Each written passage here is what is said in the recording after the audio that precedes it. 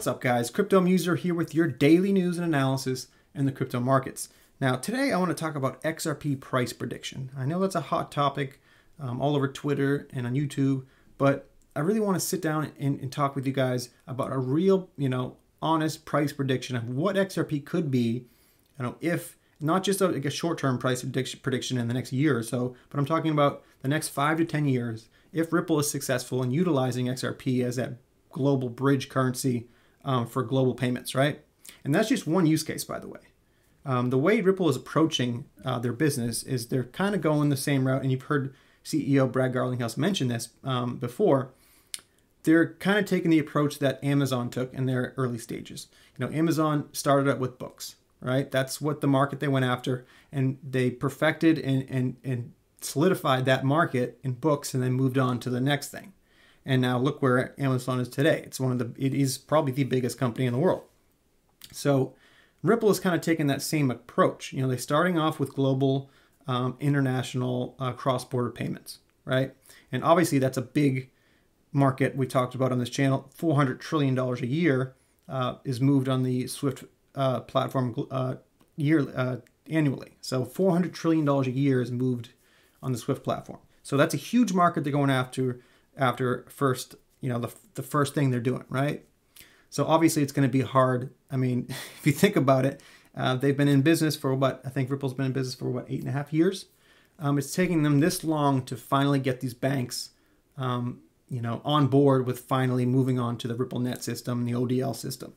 The reason why is because SWIFT has been around since 1973, and they're so used to this slow, clunky, ineffective system that, they get fees. When you move money today, it takes 3 to 5 days, sometimes even, longer. And, every time it goes to a different middleman, they slap a fee on it, right? So by the time it actually gets to the destination, you're paying, crazy amounts of fees.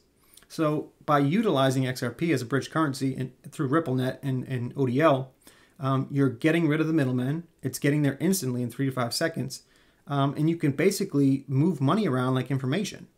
And that's the, eye-opening, jaw-dropping thing about it, is that you don't have to, it's like you think of, in a bigger picture, think of how money is moved today.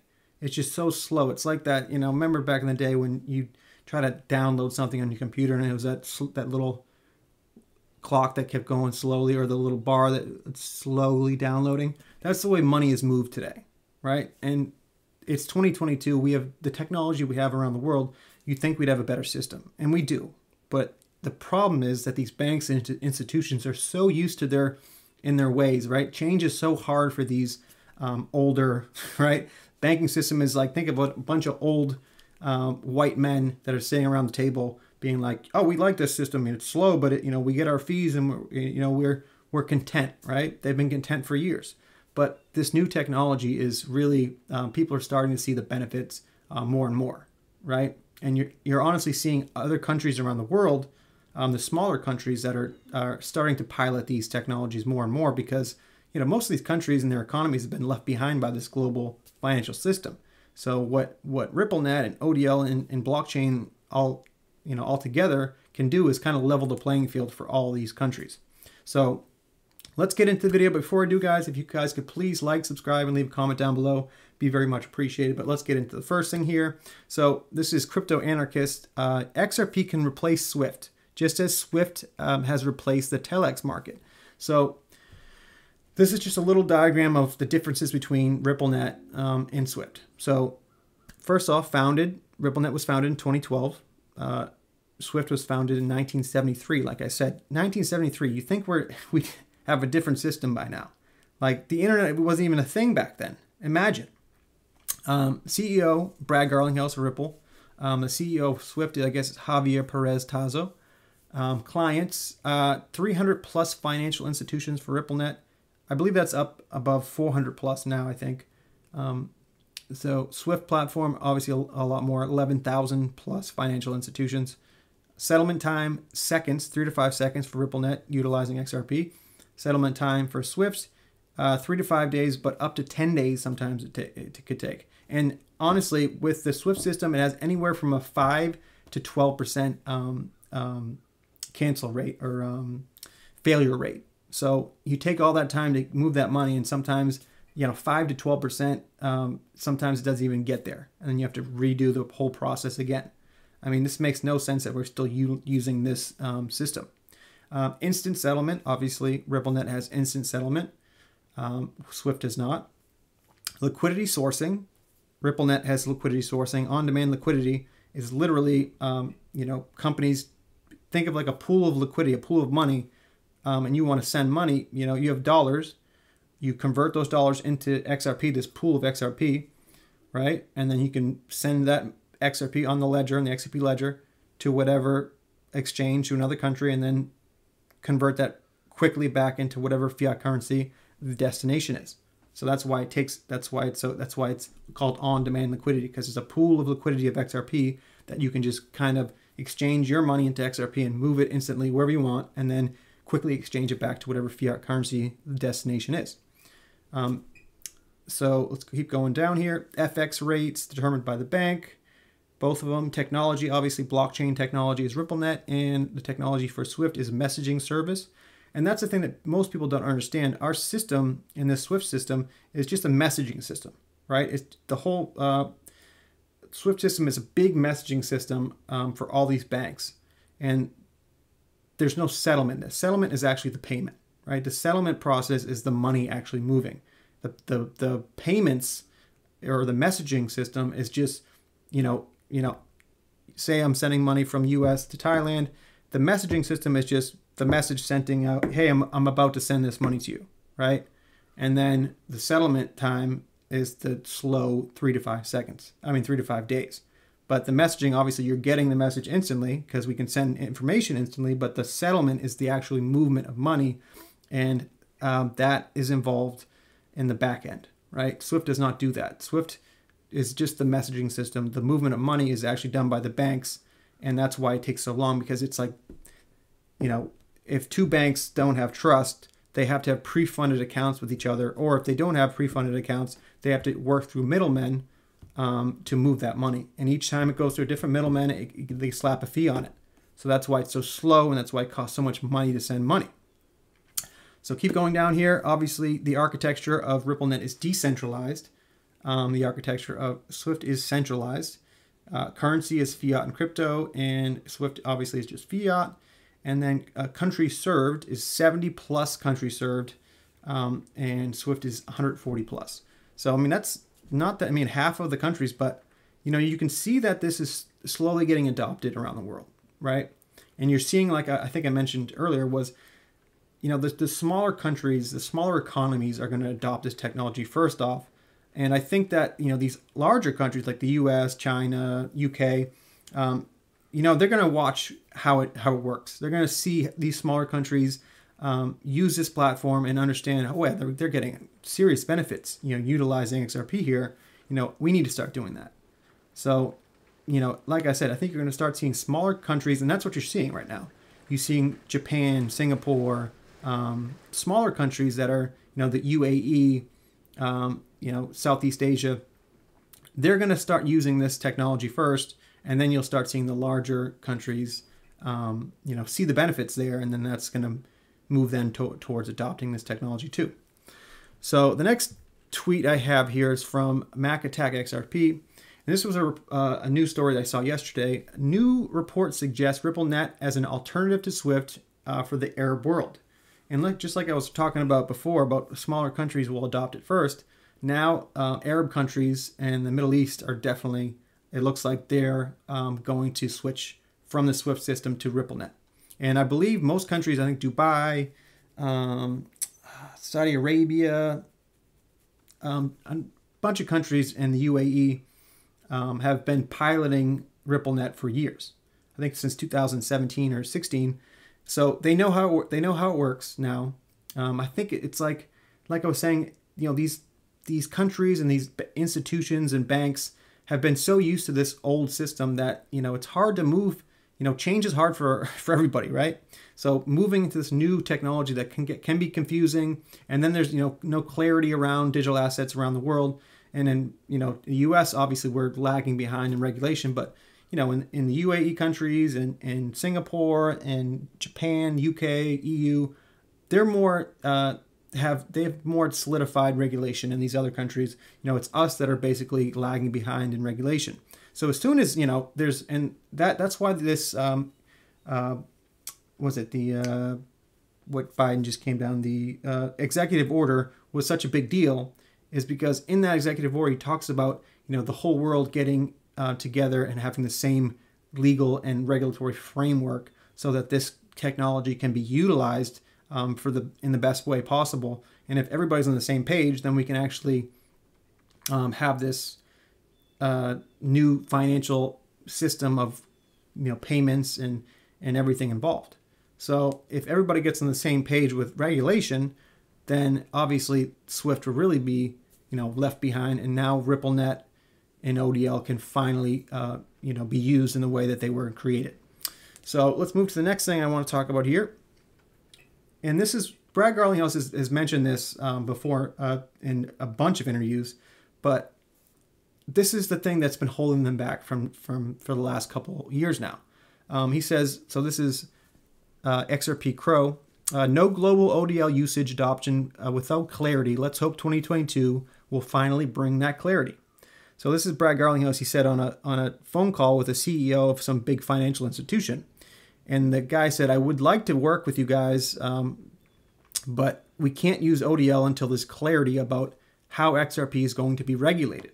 So this has been the big question. You have banks basically waiting to use this technology. Like I said, they've been piloting RippleNet and ODL for years now. So they know the benefits, but they can't use it yet because there's no regulatory clarity around XRP and digital assets yet, right? There's a lot of talk about in the US about regulating it and doing it the right way, but they're still lagging behind, right? As soon as there is clear and concise regulation for these digital assets around the world, this is when these banks are going to be like, okay, it's time, let's go. And you hear that flip the switch comment a lot, right? Well, when they flip the switch, right, that's when the new financial system, or the so-called, in quotation, the great reset can actually take place. And that's something we're going to talk about as we get into this video, that statement, the great reset. What does that actually mean, right? So let's get into the next thing here. So this is Stuart Alderati. He is the general counsel at Ripple. And he had this, I think it was an op-ed that he put out there about regulation. Less than a quarter into 2022, there's no doubt in my mind that this year, where all eyes will be on crypto regulation, I penned an op-ed for RC Markets on what the crypto industry needs from U.S. policymakers in order to foster American innovation. And he continued on down here. Just in the past 2 weeks, we've had the executive order and bipartisan letter from all the different representatives and the Congress regarding the SEC's overly burdensome covert campaign against crypto companies. These policymakers recognize the vast potential of these technologies and the consequences of crypto innovation and talent moving overseas without regulatory clarity. The stakes are high. So this is the big problem with the SEC and the way these government agencies are working right now. They are stifling innovation. They're basically working on behalf of the old, financial system and these old banks that don't want to move on to the next thing. And we talked about earlier in this video that these banks, they're afraid of change. They're afraid of losing money in this new system. But the thing is, in any new technology, you have to adopt it, and then you can make money from it, right? You can't just say it's not going to happen and just keep trying to slow it down and ban it or whatever.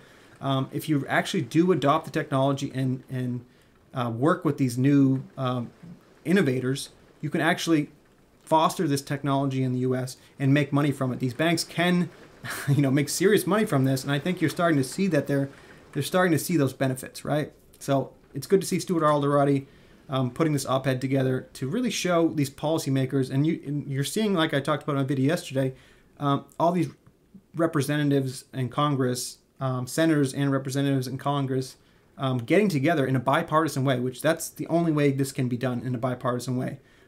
To really question the SEC's motives here and why they are being so, hard on crypto and really killing innovation in this country. Because if they continue doing this, these companies, these global and life-changing companies that in crypto will just go elsewhere, right? They'll go to Singapore, they'll go to Switzerland, where there's better regulation, where they can, thrive as a business. If you're a business in the U.S.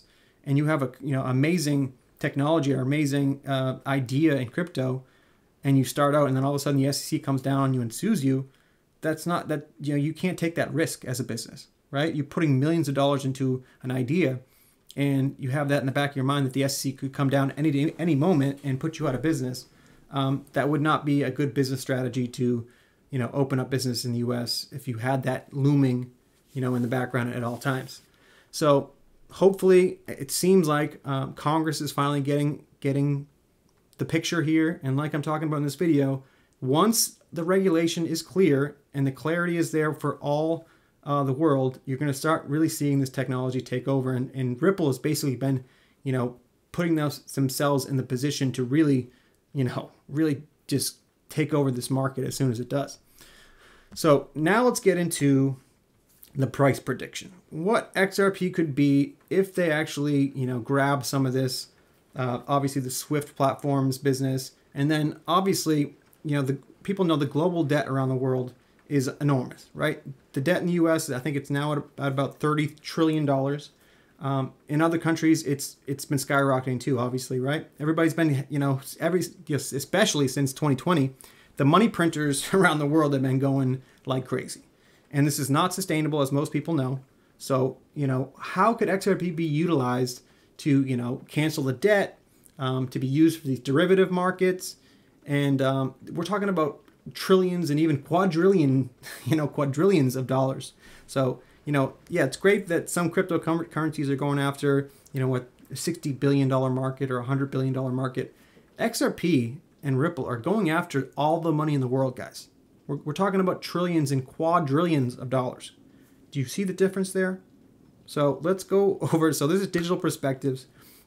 He put out a video yesterday. Definitely go see it, where he had two guys talking about, or a woman and a guy talking about what the price of XRP could be if XRP is actually used for what it can be used for, right? So Ripple, XRP, what is fair market value price? Is it $18,739 to $38,399 per XRP? I know those are crazy numbers, guys. You'll see me when I first looked at it, I was like, this is insane, right? How could that possibly be, right?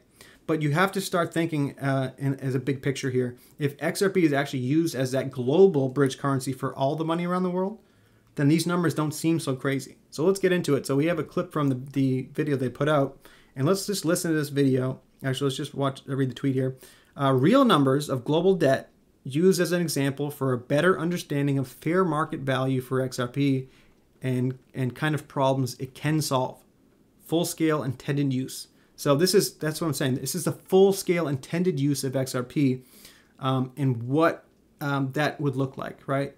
If like we talked about, the Great Reset, if they had to cancel all debt around the world, they'd have to have a different system ready to be used. And that's where XRP comes in. So let's just listen to this video real quick, and then we'll talk about it after here. I want to remind people that just a few weeks ago in the Sunshine Meeting Act with the SEC, they just voted to shorten the settlement time of the derivatives market and to use distributed ledger technology. Derivatives market shown here as of 2020 of this article, $558.5 trillion. That's a number we're really working with. That's a number that the SEC is going to be settling. So Brad, we brought that number down. Okay. Yeah, I think that one, in our model in 2021, what we used was 582 trillion. Well, and we're going to think about it and also plugging some of these numbers very quickly, these very real numbers, by the way, into this Susan Athey calculator from the Ripple board. And we're only going to add just that number and leave the rest of the default settings alone in just 1 second. Linda, and get going here. Hold on one sec, just to point this out. So what they're doing here is they're putting this. Susan Athey is a Ripple board member, and she put together this calculator basically to basically get the price of XRP if XRP was utilized for these different ways, right? So what they're going through is they're putting the global debt, which is at $558 think they said 532 trillion or $582 trillion is the global debt. So if they put this global debt, if XRP is used to basically reset the global debt, what would the price be for XRP? That's what they're trying to say here. Going here. Well, I think this is a very thoughtful form of calculation. We're using real numbers. These are things that definitely would come into play. And, you know, I think what Jimmy did was basically propose that the old system of, you know, what we have under the dollar right now is something that is broken and needs to be fixed. It's basically, you know, at a point where it is going to be reset. And so his proposal to the Fed was, what is a fair value in order to do that? And XRP is the unique asset that can help it start over and start a fresh system that's completely new and do it at a fair value. So that's what we're talking about today. Calendar or a calculator up here. This is the Susan Athey, Robert Mitchnick, Board of Directors, Susan Athey, Robert Mitchnick, who's now the head of digital assets at BlackRock, for goodness sakes. And there was also a global debt number, Jimmy. You guys had brought that number down. On the diagram, it was 253 trillion, but I think you guys had a more accurate number. Do you have that handy? Yeah, so that number was 281 trillion. Okay, so sorry, the number before was the derivatives market. So the derivatives market was 582 trillion. Now the global debt is 282 trillion here. Okay. Okay, well, I just plugged that number in. I left every other number exactly the same as it was in the default settings of the calculator that the Ripple board member made. And I'm going to hit calculate. Let's see what we get. $18,739.33 value of XRP at just the global debt number that is accurate from your research from that article and getting more accurate figures at $281 trillion worth of global debt running through XRP. This is what we're talking about. I know that seemed like it was crazy, guys. I know these are numbers that seem just impossible, right? You know, $18,000 per XRP, $38,000 per XRP. It sounds impossible. I know when you think about it, we're at 80 cents today. Obviously, you know, $50, $100 XRP is enough. Is crazy enough. But when you start getting to these bigger price predictions like this, you lose people, right? People are like, you're a moon boy, you're crazy. There's no way, right? But this is just not the case, guys. You got to look at the big picture here. We're still so early in this, right? And if we do have that so-called great reset, this is what XRP can be utilized for. And it's not that I'm saying it or they're saying it. This is the CEO of Ripple, the owner of Ripple, talking to, you know, the IMF, the BIS, Bretton Woods. You know, do your research and you'll find out that, you know, Ripple's been positioning themselves for this use case for years, right? They're going after, obviously, the cross-border payments like I talked about in the beginning of the video. That's the first, you know, basically use case they're going to try to solidify first off. But their goal, guys, their end game is moving all the money around the world. All the money. We're talking trillions to quadrillions of dollars. So, you know, yeah, your token that's going after that $50 billion market, that's good and all. And, you know, the price could go up with that token. But XRP, I mean, this is a whole different level, right? Trillions, quadrillion, that's where it gets crazy. And that's when, you know, the price of XRP, that's when this doesn't seem so far-fetched, right? You know, $100 XRP would be great, obviously, right? But think it, you know, $1,000 XRP, $10,000 XRP, and this is not short-term predictions. It's not like it's going to happen tomorrow. We're talking about 5, 10, you know, 20 years down the line. But this is why XRP is such a great investment, and this is why, you know, I've been, you know, researching and getting into this for about 5 years now. And I'm telling you right now, guys, if you do your research, if you actually put the work in and study what's going on here, you will get the big picture here too. So, you know, I'll leave it at that. But please, guys, if you like the content, please like and subscribe and leave a comment down below. But remember, I'm not a financial advisor. This is not anything I write or say is not for financial advice. This is for educational purposes only. And thanks, guys, and we'll see you on the next one.